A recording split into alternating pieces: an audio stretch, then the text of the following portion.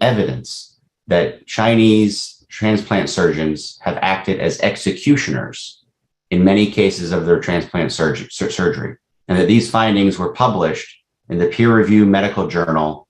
The American Journal for Transplantation is truly groundbreaking and should have deep public policy impacts.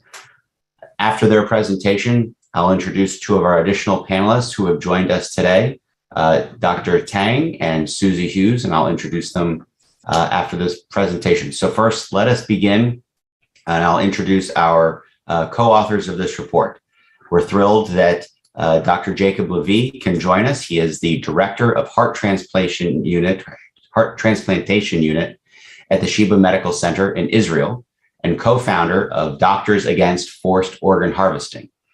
He has been the chairman of the Israel Society of Cardiothoracic Surgery, and since 2008 is the president of the Israel Society of Transplantation. He received his MD magna cum laude degree from the Sackler School of Medicine in Israel and was subsequently trained in cardiothoracic surgery at the Sheba Medical Center. From 1989 to 90, as a professor, he joined the University of Pittsburgh Medical Center as clinical heart and lung transplantation fellow. During that period, he won a fellowship award of the American Society of Artificial Internal Organs. Upon returning to Israel, Professor Levy has founded the Heart Transplantation Unit at the Sheba Medical Center, which has since become Israel's largest unit of its kind. I'm also pleased to introduce Matthew Robertson, is the China Studies Fellow here at the Victims of Communism Memorial Foundation. He is currently a PhD student in political science at the Australian National University in Canberra. His research interests include biopolitics, political violence, and authoritarian politics. His dissertation, using computational methods and process tracing, explores the political logic of state control over citizen bodies in the case of China's organ transplantation industry. Previously, he has worked as a reporter, researcher, and translator for several nonprofit organizations and as an interpreter from Chinese for financial service firms. His research using statistical forensics to demonstrate the falsification of Chinese organ donor registry data was published in leading medical journal of ethics, the BMC Medical Ethics, and other peer-reviewed publications he has co-authored have also appeared in BMJ Open and the BMJ. With that, I'd like to allow Matthew Robertson to begin his presentation that Dr. Levy will join him in giving. Thank you. Thank you so much, Ambassador. How do I share my screen? Okay, so this is going to be a bit of a whirlwind. This is the first time we presented this. This is basically going to be the core of the paper, findings and how we reach them. And it will be me and Jay going back and forth in the parts that we respectively specialized in. So a bit about organ transplantation. China is unique here because typically organ transplants are done voluntarily from voluntary donors around the world. And, you know, the donors give informed consent before the trauma takes place typically, or their family does. And the role of the state is really to police an altruistic and voluntary system. Organ trafficking is different. That uses exploitation, coercion, or fraud. And there's something bad going on when you're talking about trafficking. So often this is by non-state actors, transnational gangs.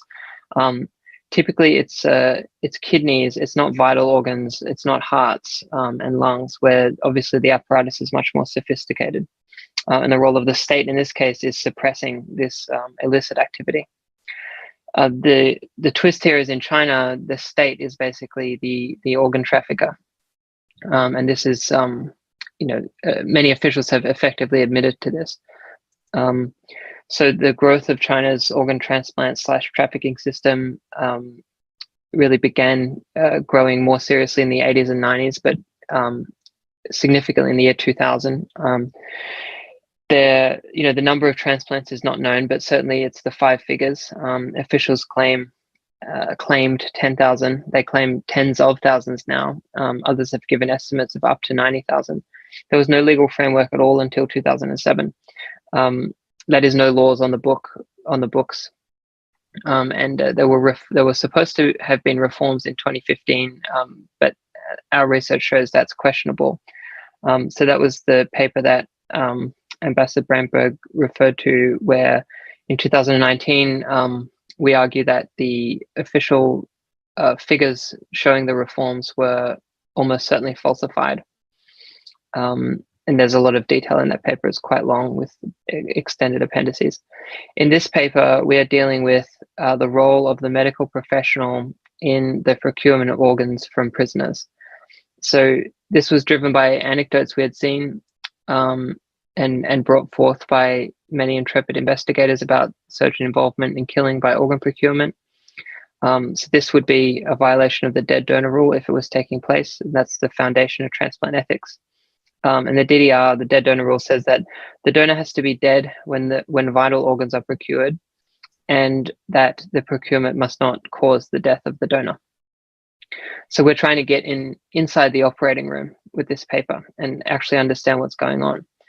If surgeons are indeed violating the dead donor rule, then they are implicated in killing the donor. And basically the medical system is then just an extension of the coercive and predatory power of the state. So to test these claims, we needed a research design that would try to identify whether the donor was in fact deceased at the time. Heart transplants were the best for this because of the clinical details associated with the procurement of the heart. The heart must be beating, it must almost always be beating at the time. So the donor needs to be brain dead, and their heart is still beating. If the heart goes into cardiac arrest, it won't be viable for transplant in most cases. So this is different to kidney procurement, where they might be shooting a prisoner in the head at an execution site. So there's a lot more coordination that needs to go on between the security authorities who are supplying the bodies and the medical system. And that's what we're trying to get at in this paper, how that's coordinated. Jay is going to talk about how brain death should be determined. Thank you, Matthew. So you've heard from Matthew, the key issue to our research has been the determination of brain death. And let me spend 1 or 2 minutes to explain to you what brain death is all about. So the evaluation of brain death should be considered in patients who have suffered massive and irreversible brain injury of identifiable cause. Brain death is defined as the irreversible loss of all functions of the brain, including those in the brainstem, and that's where the center of breathing is located in our brain. And according to determined brain death, there are 3 essential findings that should be determined. One is a patient should be in coma, and we'll speak about it in a minute. The second one is the absence of brainstem reflexes, and the most important thing is the apnea, or the lack of spontaneous breathing. Next, please. A patient properly determined to be brain dead is both legally and clinically dead. And in the absence of either complete clinical findings, as we will describe in a minute, which are consistent with brain death, or ancillary tests demonstrating brain death, such as brain CT angiography, brain death, and hence the patient's death, cannot be diagnosed. And organ procurement, obviously, for transplantation can only be commenced after brain death has been determined, or else the organ procurement surgery by itself becomes the mode of execution. So, as we said, there are 3 components to determining brain death. The first is coma, and coma is defined as a state with no evidence of responsiveness. Eye opening or eye movement to noxious stimuli is absent, and noxious stimuli should not produce any motor response other than some spinal mediated reflexes. So this is coma. The absence of brainstem reflexes includes the examining of all these reflexes which are listed here: absence of pupillary response to bright light, absence of ocular movements, absence of corneal reflexes, absence of facial muscle movement in response to noxious stimuli, and finally, absence of any gag or tracheal, what we call the cuff reflexes. But finally, the most important thing is determining whether or not the patient can breathe spontaneously by performing the apnea test. So before performing this test, the physician must first determine that the patient meets the following conditions. His body temperature should be normal. His carbon dioxide levels in his blood should be normal within this range of 35 to 45 millimeter mercury. His oxygen level in blood and PO2, what we call, should be normal, and so should be his blood pressure. And then the apnea test starts. So first, the patient is connected to a pulse oximeter, which defines the level of oxygenation.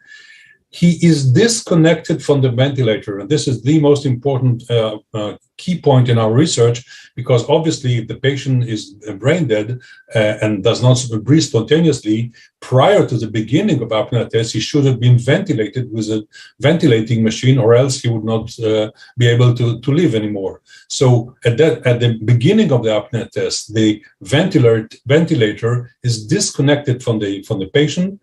Oxygen is delivered through the endotracheal tube, which is the tube which is inside his windpipe. We then draw blood gases to determine the level of carbon dioxide and oxygen in his blood. And then we start to look carefully for any respiratory movements, abdominal or chest, for 8 to 10 minutes.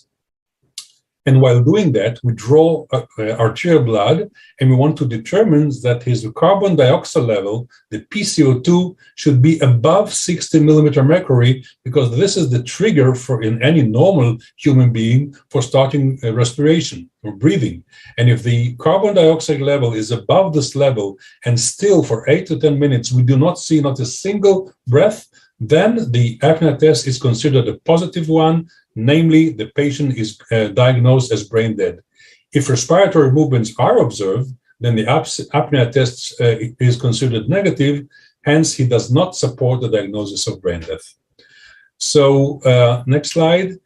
While in a normal voluntary organ donor, the process is that when any other treatment failed, and the patient obviously has been already intubated and ventilated to that point, brain death determination follows in the procedure which I've just mentioned. And then once brain death is determined, his next of kin are being asked for permission for donated organs, and then the organ procurement surgery begins. However, in any problematic brain death declaration, such as the prisoners, as Matt will immediately explain, we do not know what is the mechanism of brain damage, and that's a big question. But then the determination of brain death does not proceed, does not come in advance before the commence of the organ procurement surgery. But as you'll see in a minute, brain death has not been declared, and the ventilation and the connection of the patient to a breathing machine only follows in most of these cases the starting of the organ procurement surgery. Matt, your turn. So that was the key question. Are there papers out there that show this process of claimed brain death where the patient is not really brain death? Because then you would have surgeons causing the death by the organ procurement. And so we reasoned that if the prisoner is intubated after being declared brain dead, or immediately prior to surgery, to the organ procurement surgery, then the prisoner couldn't have been brain dead. Moreover, if brain death was not established, then again, the heart procurement would be the cause of death. And by inference, that is healthcare workers conducting executions, given that we know that these are prisoners based on Chinese official pronouncements themselves. This is how we actually did the study. We got these strings of characters. So these are all, this says after brain death, intubate the patient and put them on a respirator. And this is similar, after their death, and then quickly put them on mechanical ventilation, et cetera, et cetera. So we got lots of these phrases, about 40 of them. And we had this big data set of clinical papers, and we needed to find phrases that are like this, not exactly this, because these are quite similar to each other, but they're not identical. And there's going to be many others, we don't know how many, that are also similar to this. And then we needed to manually review those. So then we wrote some code that would search through them. And that's what all this does. It opens a file and it looks at every sentence and sees, is that sentence or is that, window of strings a window of characters of the same length of the string we're looking for, does it have a match within some close proximity? And then we want all the ones that are a close match, and we want to throw out all the ones that are not a close match. So this is what the data look like. This is the raw data. These are just Chinese language clinical case reports. And this is just a zoomed in one. And this is just some, screenshots of a few papers. And Jay is now going to give some examples of the ones that we found and what the problem is with them. Yes, correct. So that's just to give you a flavor of what type of descriptions we found in these papers that Matt will later summarize. For example, in this particular paper, the authors write the donor was intravenously injected with heparin, which is a drug that prevents blood clotting before the operation. The sternum, which is the chest bone, was transected from the fourth intercordal space into the chest, and the pericardium open. The heartbeat was weak and the myocardium was purple. After assisted with ventilation through tracheal intubation, the myocardium turned red and the heartbeat turned strong. This means after the beginning of the organ procurement, of the heart procurement, only then the trachea has been intubated, the tube has been inserted into the windpipe, only then ventilation has been initiated, and only then the myocardium got a normal color. Next examples, 2 examples, Matt? So the myocardium is the flesh of the heart, right, Jay? Correct. It's the muscle of the heart. In another example, the weight of the donor was 65, blood type O, the same of the recipient blood type, brain death via external trauma. They don't mention what kind of a trauma.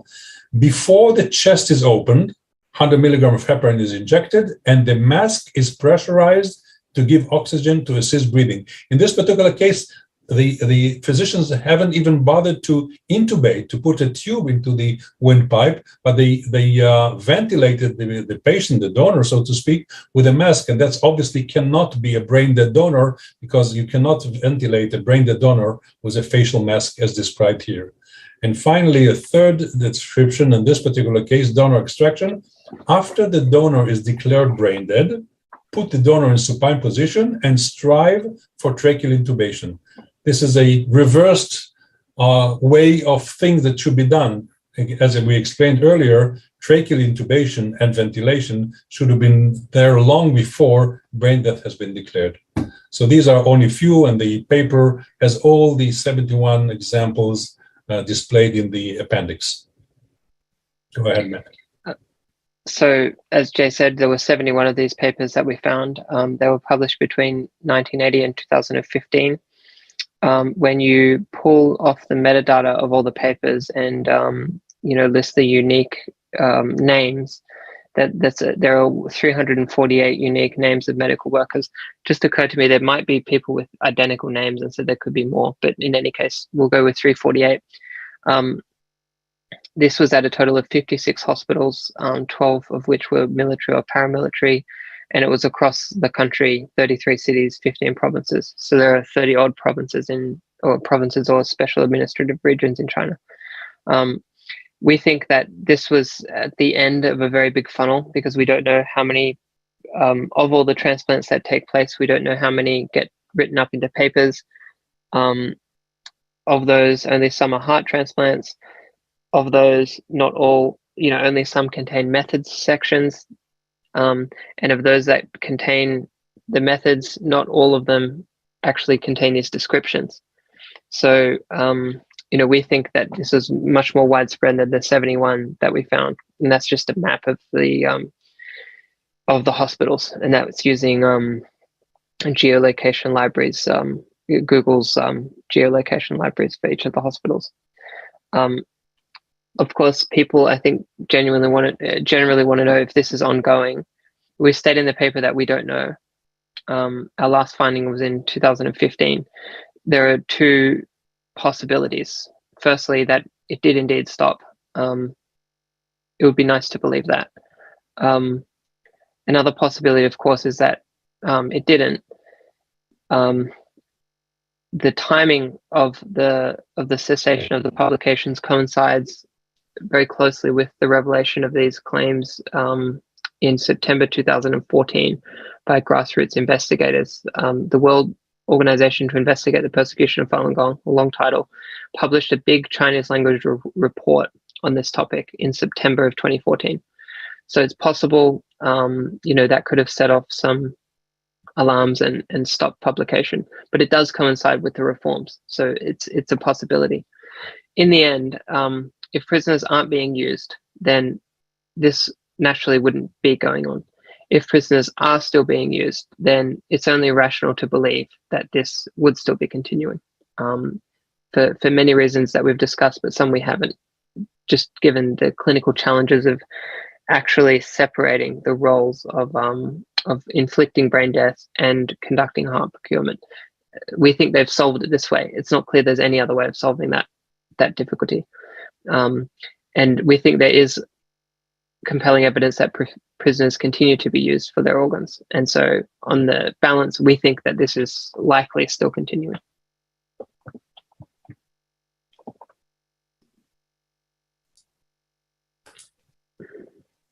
Wow. Is that the end of the presentation, Matthew? I just want to confirm. Oh, yes, it is. I apologize. That is the end of the presentation. Thank you. That was an incredible walkthrough. Thank you for both of you for sharing that with us. I know I myself, I've of course have already read the paper that was published, but hearing Dr. Levy, you walk through some of those medical examples, it's just so stark and startling. I mean, to hear that, it's written up that there's no even attempt at any point in that one example of intubating the patient that you put a mask on. I mean, I'm not a physician, but that just seems that only works if the idea is the body is still breathing on its own. Correct. Yeah. I mean, that's just horrifying. I mean, and to find that evidence, I just think is really impactful. So, thank you for reporting. When Matt has first shown me these example of papers, I couldn't believe it. I told him you should try again, make sure you didn't get something wrong in the translation, because it didn't make any sense. But sure enough, as you saw, we found many of them. So that's where we are. Yeah. Well, and to that point, I obviously I want to commend both of you on this incredible work and publishing it in this important medical journal in a very public, transparent way that's peer reviewed. So people know what these documents say. And I think that's just extremely powerful. So I want to introduce and bring in our other panelists now to comment and talk about this. I'd like to introduce Susie Hughes, who is the executive director and co-founder of the International Coalition to End Transplant Abuse in China, ETAC. Susie was a member of the ETAC steering committee responsible for initiating the China Tribunal. She has testified before the Australian Parliament on organ trafficking and transplant tourism and freedom of religion and belief, and has hosted numerous roundtable discussions, Q&A fora, and online seminars on forced organ harvesting in China. And Dr. Tang, who is an academic, lawyer, and human rights activist from the president of China is the president of China Against the Death Penalty. His research focuses on constitutionalism, legal theory, democratic theory, criminal justice, human rights, social movements, and transitional justice in China. So I'd like to ask each of them a question as they join us to give their thoughts and perspectives on this report. I'd like to start with Susie. I mean, obviously, Susie, you are very well steeped in this issue, in the history of this horrible abuse that has been going on. I know, unfortunately, for years.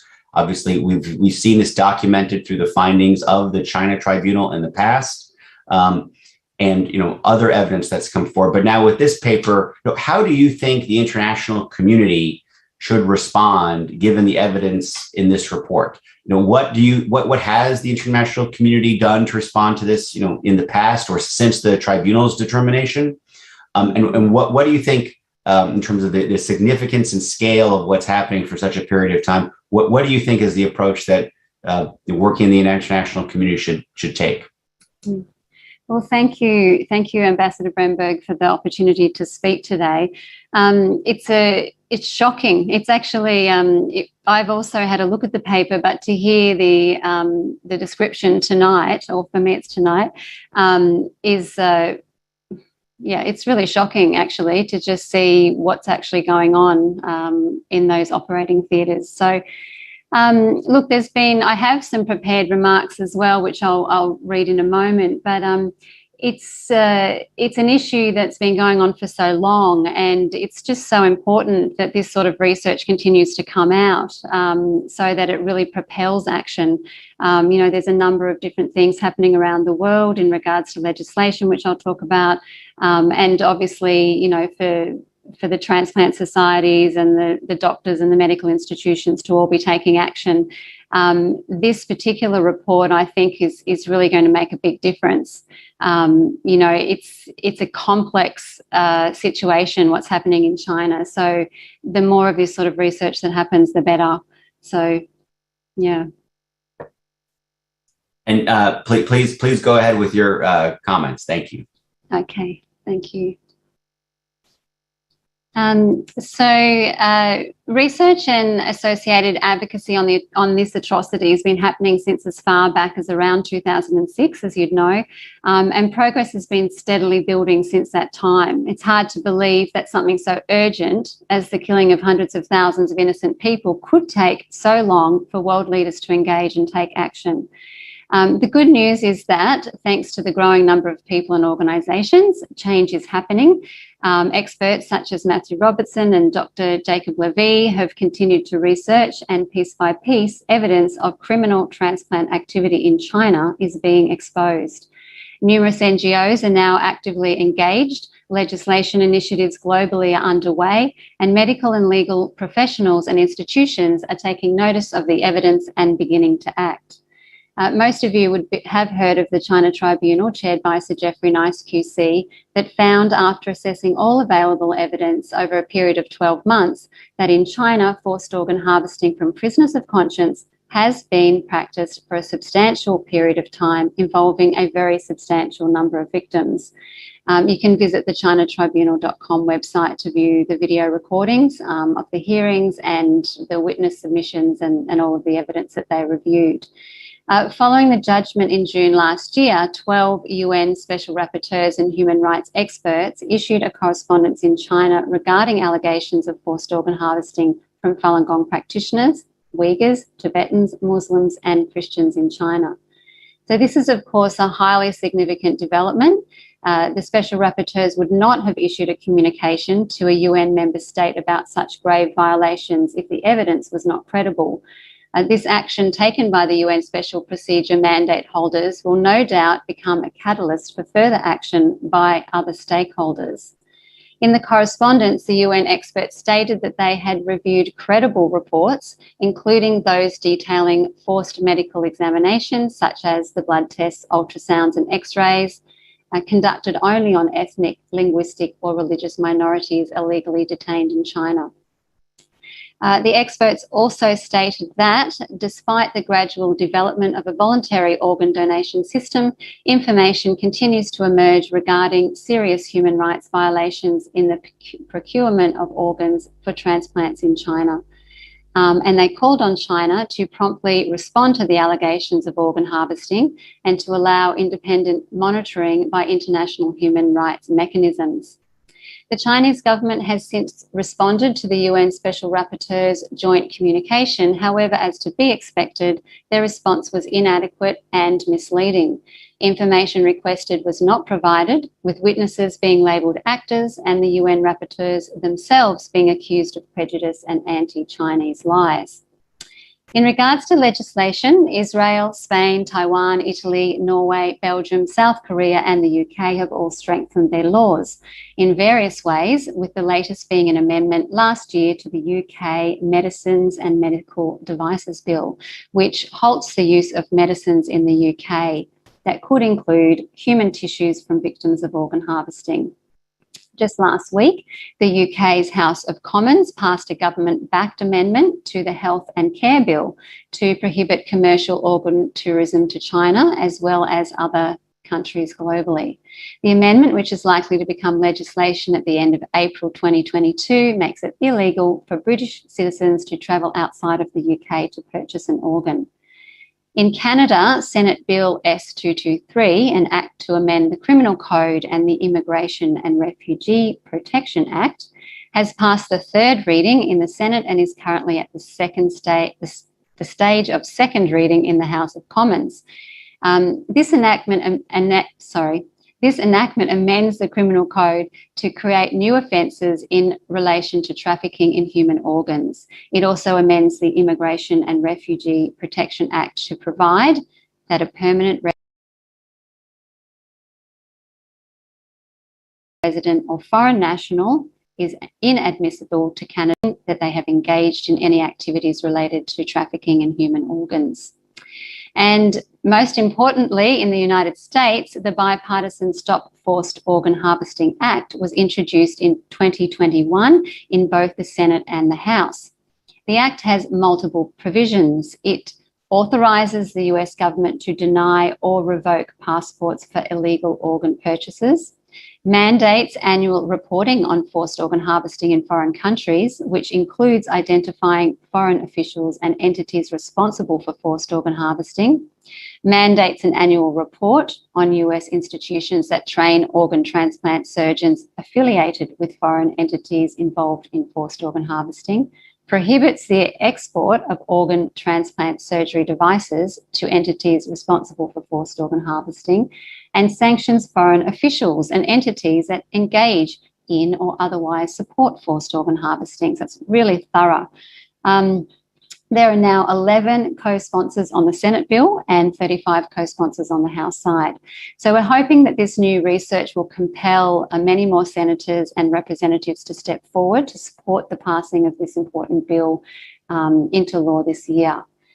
In December last year, the Falun Gong Protection Act was also introduced in the United States, which includes provisions to combat forced organ harvesting in China.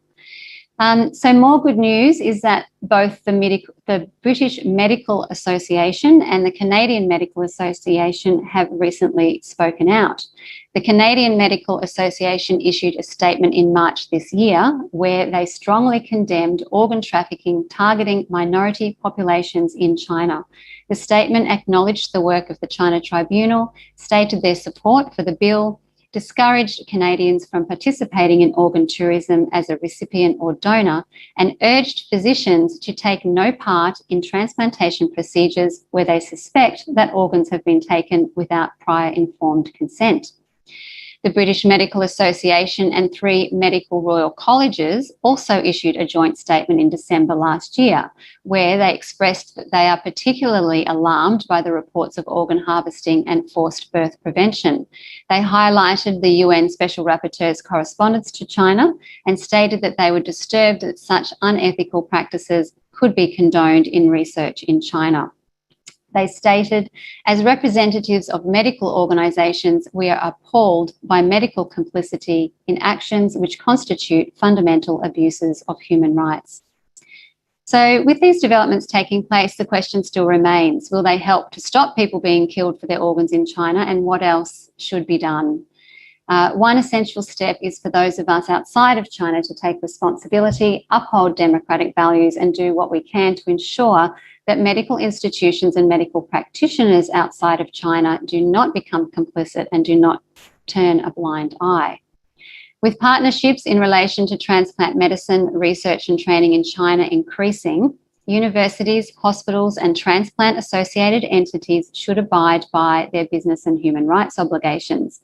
Policy is urgently needed so that business and human rights due diligence processes are in place and collaborations do not take place where there is a risk that organs could be sourced through unethical or criminal activity.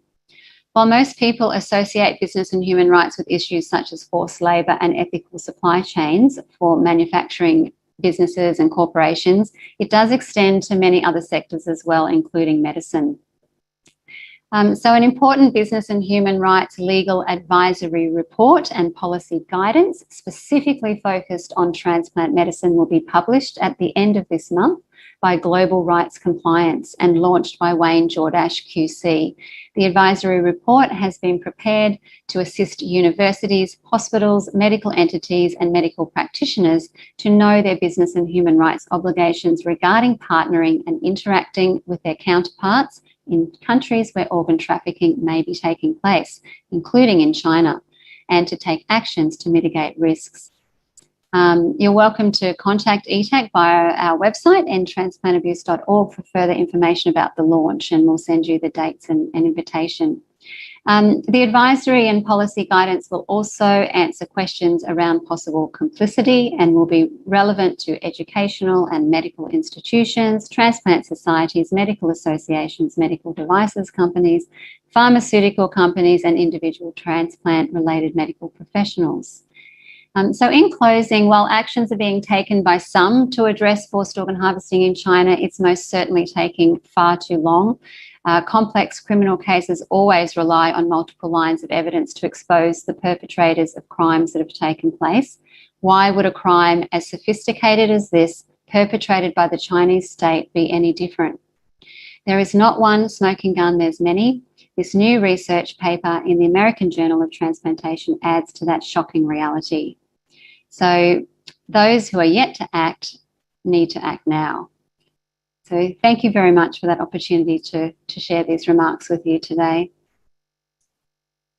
Thank you, Susie. I think that those are extremely helpful, and particularly all the work that you're doing, particularly going forward that you just described, I think is a real opportunity for all of us that, that care about this and human rights, to make sure that we make sure those, particularly in the medical community, know their own obligations, as you said, and are, I think, pressed by members of the public and others throughout the medical community to abide by those. So that's really important. We want to work on that going forward. And next, I'd like to ask Dr. Tang to provide his prepared comments. Thank you, Ambassador. Thank you, Matthew and Dr. Lavie, for your important paper. I'm going to comment on, from the perspective of Chinese legal system, criminal justice, and the death penalty.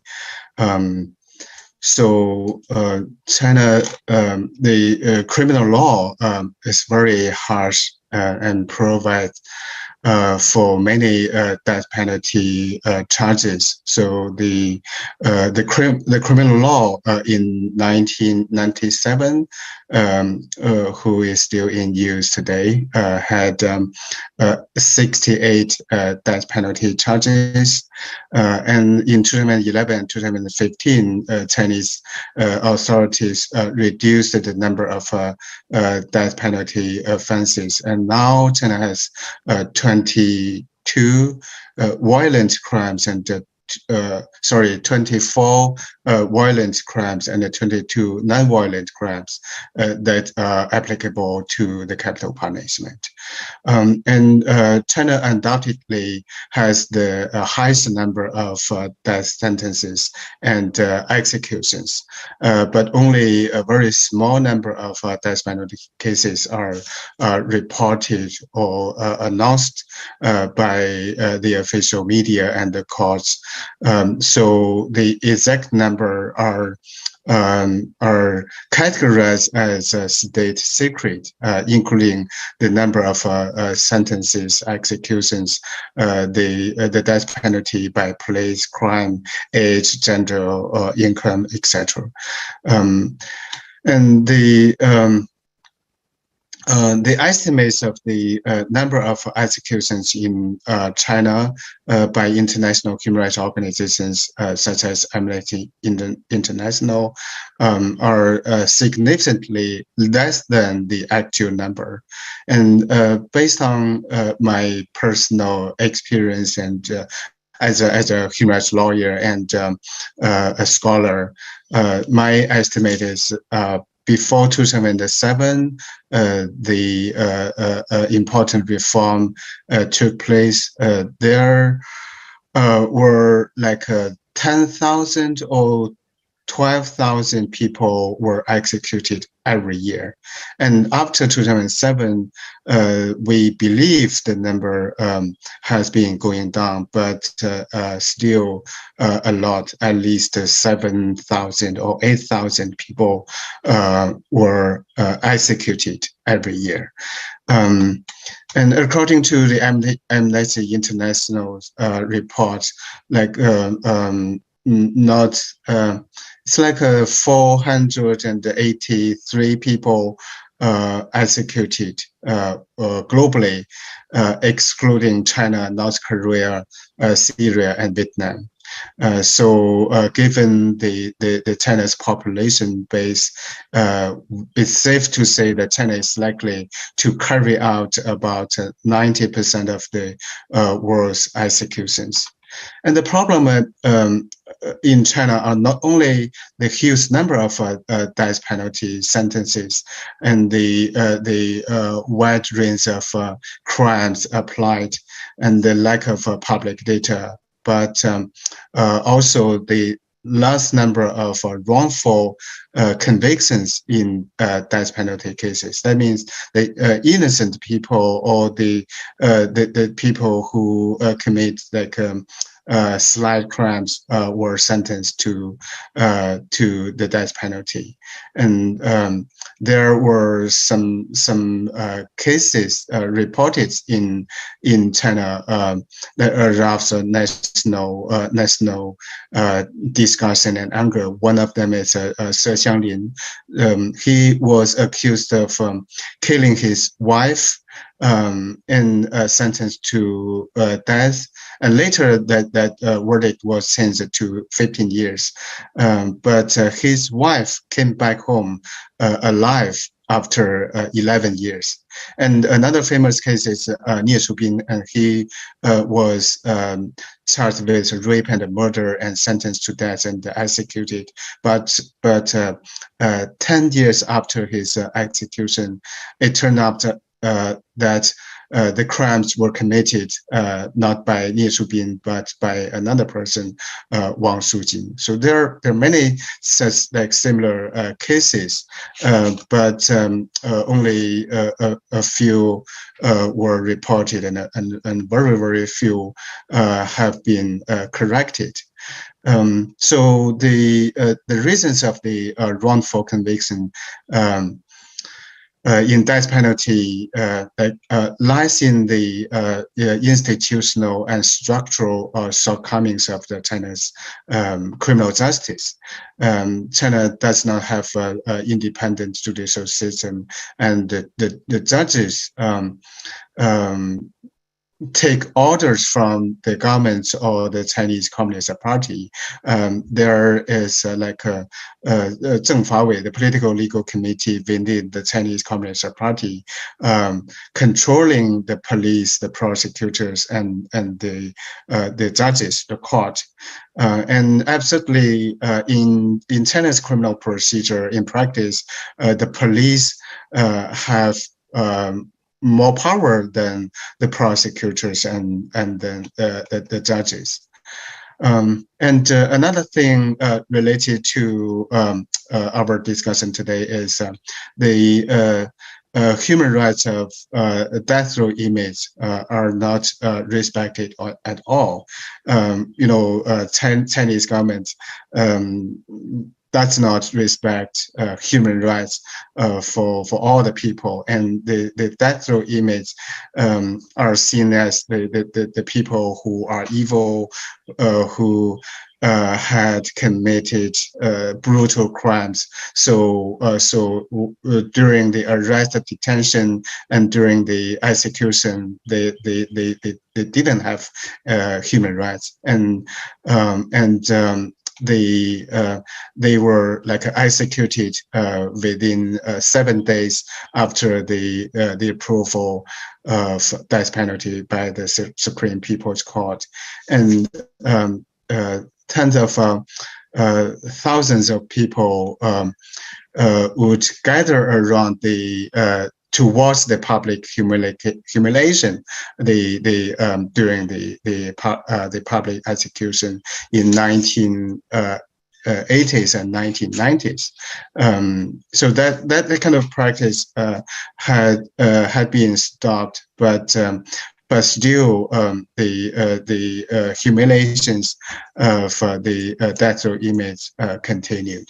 And some death row prisoners were chained and shackled for several years in the prison because they were executed, and they were not allowed to meet family. Many of them, not all, but frequently happened is they were refused to meet their family before execution, and their family are not informed of the date of execution, and not allowed to collect the dead body. The death row inmates were often cheated or forced to give their organs. They were told that if you sign this agreement and to donate your organs, and then your family will receive a big amount of money. But of course, their family received nothing. So it's like a forced or nearly forced to sign the agreement. The people who were going to be executed didn't have that freedom to refuse,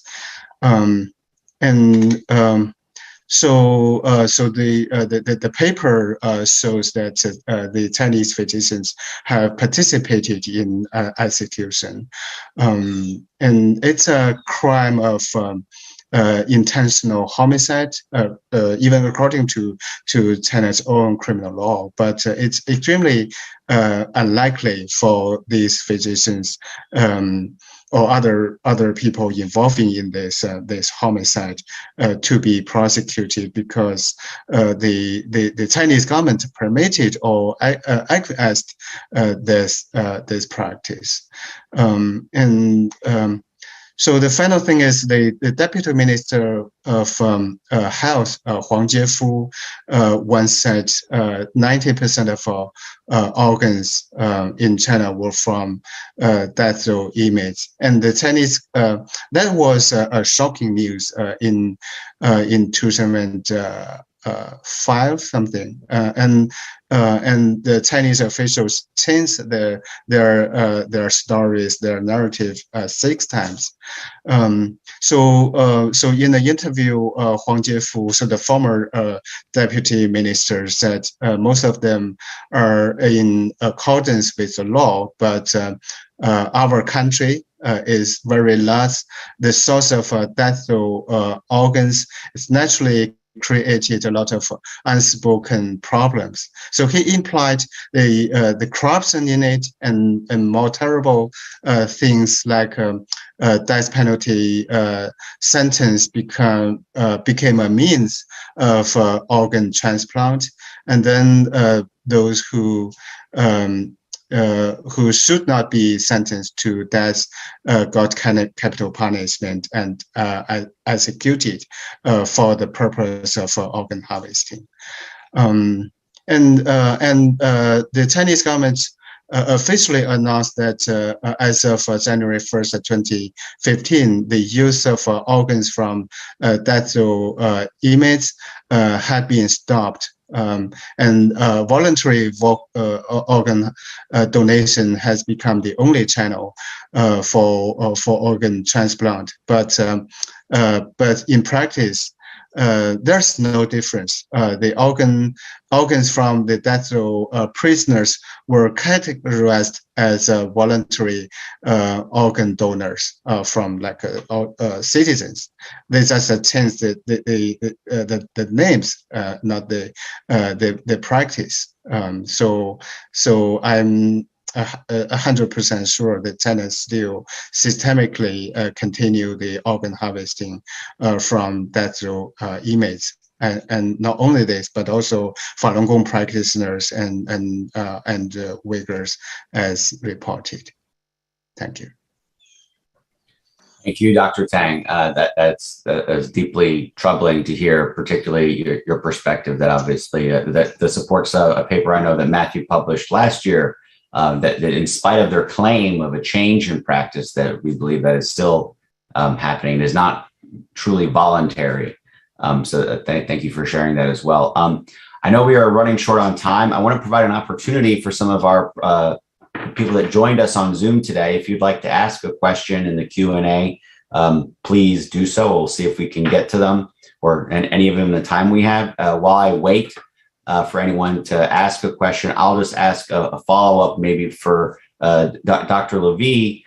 From the medical community perspective, what are there new protocols or rules that we can try to advocate for or put in place in the broader international medical community to ensure that doctors and hospitals, university centers are not complicit or engaged or in any way kind of connected with, let me start at the very least with the 338 or the actual named individuals that you and Matthew found and those 33 hospitals that were at least identified. I mean, I don't think the belief is that it is limited to that, but those are the ones that were clear evidence was found in those papers. What's your perspective on that? So I can give you, for example, my perspective as a member of the ethics committee of the International Society of Heart and Lung Transplantation.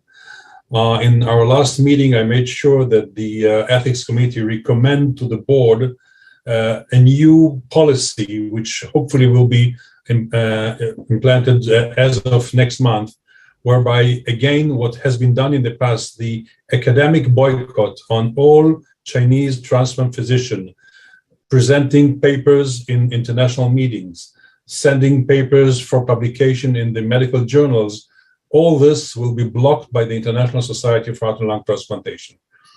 I hope that other societies of the various organs and the Transplantation Society, which is a world society that combines all national transplant organizations, will follow this model and reenact what has been done in the past and actually has been quite effective for many years until 2015, when China has allegedly announced the reform that we mentioned before, reform of organ transplantation, and then this academic boycott has been lifted. Now is the time, and mainly based upon our paper and similar one, to reenact these kind of boycott and hopefully at least put the pressure, the academic pressure, on the medical personnel of China to be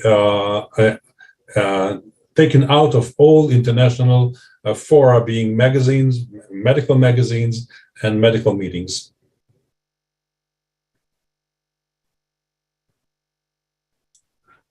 Thank you for adding that to your remarks. I think that's obviously very important. I'm hopeful that those activities will happen in the coming months. I think you kind of touched on it there, and it was mentioned multiple times. We just got a question that relates to this. As Matthew, I think, mentioned, this report, the last publication that was analyzed in this report ends in 2015. And of course, you have, you mentioned, and Dr. Tang also mentioned, that you have the change in China's stated policy that is only voluntary organ donation since then. I might ask Matthew or maybe anyone else wants to jump in as well. If you can just touch on some of the evidence I know that we found. What's the evidence? Obviously, Dr. Levy is talking about having these medical societies retake these positions, which of course is because presumably they seem to change their mind in response to the public statement by China in 2015. But what is the best evidence and argument we can make that, based on the evidence, that this organ harvesting continues today? Let me start with Matthew. It's tricky. It's always been tricky, but it's particularly tricky now. But I think, as in the past, it relies on knowing lots of different things and then seeing how they all connect. So to begin with, Huang Jiefu, the leader of the sector, of the transplant sector, is claiming they're going to be doing 50,000 transplants annually by next year, I believe. So I have to check the reference, but I think he said 2023. He said that a few years ago, and he said 50,000. And so the official numbers now are already, you know, in the tens of thousands. So they're up there right with the US. And the, you know, government officials maintain that those are real numbers. So they haven't said, oh, sorry, you know, we got the numbers a bit mixed up. The real numbers are only, you know, 5,000 or something that would be, you know, remotely believable. You know, they claim that there's still these very high sums. But, you know, so our paper and our discussion of it has focused on how the numbers were falsified. But in that paper, we also do discuss, you know, evidence of the actual activity that takes place.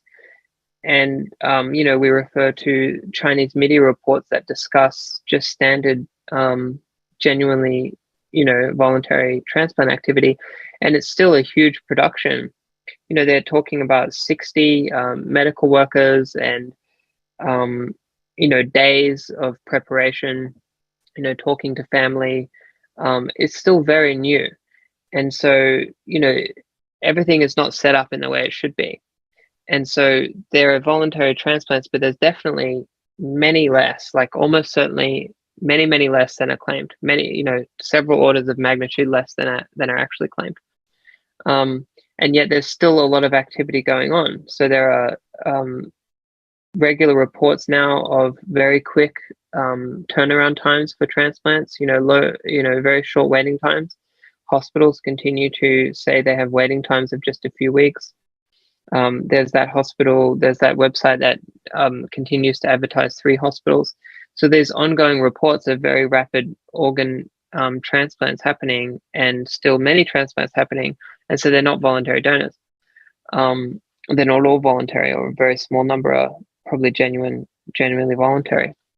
And then there's obviously this whole other issue of the mass incarceration of a totally new population, Uyghurs.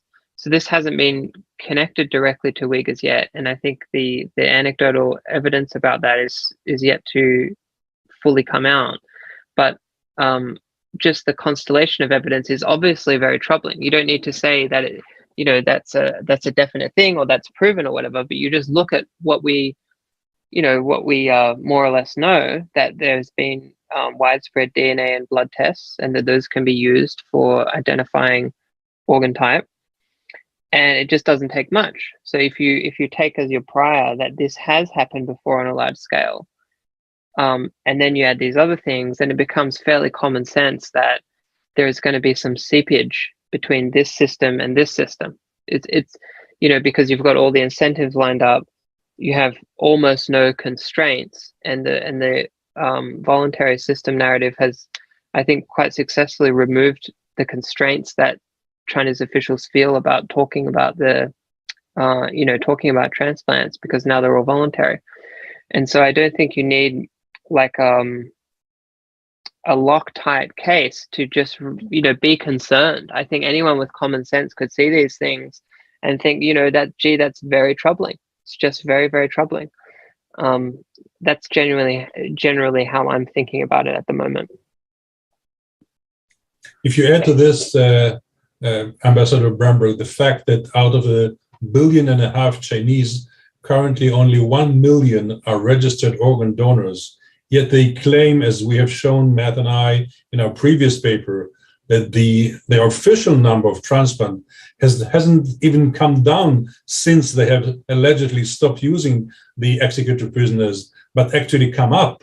This doesn't make any sense. There's no other country in the world that has been able to produce even a percentage of what they claim they do. So admittedly, these are circumstantial evidences, but they're very strong evidences, we believe.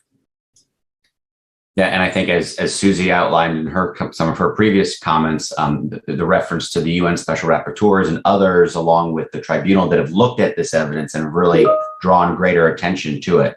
I think we're over time, but I want to thank everyone that joined us to watch this presentation. I want to ask each of our presenters, maybe if you want to have a 1-minute closing, and then we will end. But again, I want to thank all the presenters, particularly Dr. Levy and Matthew Robertson, for your incredible research and work on this paper, and Susie and Dr. Tang for joining us today. So let me kind of go in reverse order. I'll let Dr. Kang provide his kind of short 1-minute closing remarks. Anything you want to leave us with today? Yeah, thank you. So maybe one point is there's a deep belief in Chinese culture that when people die, they want like a complete body. So the Chinese people are very, very reluctant to donate their organs. But they it's not only the Chinese culture, but as Huang Jiefu also recognized that the many Chinese people worry about the misuse of their organs or the corruption behind the organ harvesting. Thank you. Susie. Thank you. Mine's very short, just encouraging everyone to do what you can. Everyone can do something in your environment, whether you're working in a university or an NGO, or just even speaking to people that in your local community. It's just really important that everyone does something and don't turn away. Thanks. Thank you, Susie. Thank you so much for joining us, and to ETAC for partnering with us here at VOC. Dr. Levy. Maybe instead of my conclusion remarks, I would like to dedicate this webinar to the memory of a dear friend, dear colleague, David Kilgore, the Honorable David Kilgore, who passed away 2 days ago. As all of you know, David, alongside with his colleague, David Matas, have been the ones who brought first out the story of the Falun Gong being used as source of organ in China in their Bloody Harvest report. And we were all very sad to hear about his demise 2 days ago. So let us dedicate this webinar to his memory. Thank you. Yeah. And Matthew. I concur with Jay. This report is very much standing on the shoulders of giants. Correct. Indeed. Well, thank you again to all our panelists. Thank you, everyone, for joining us for this webinar. And if you want to find access to the report or other information, please visit us at our website at victimsofcommunism.org, or you can follow us and see it on Twitter at VO Communism. Thank you, everyone, for joining us today. This ends our program. Bye-bye. Bye-bye. Thank you.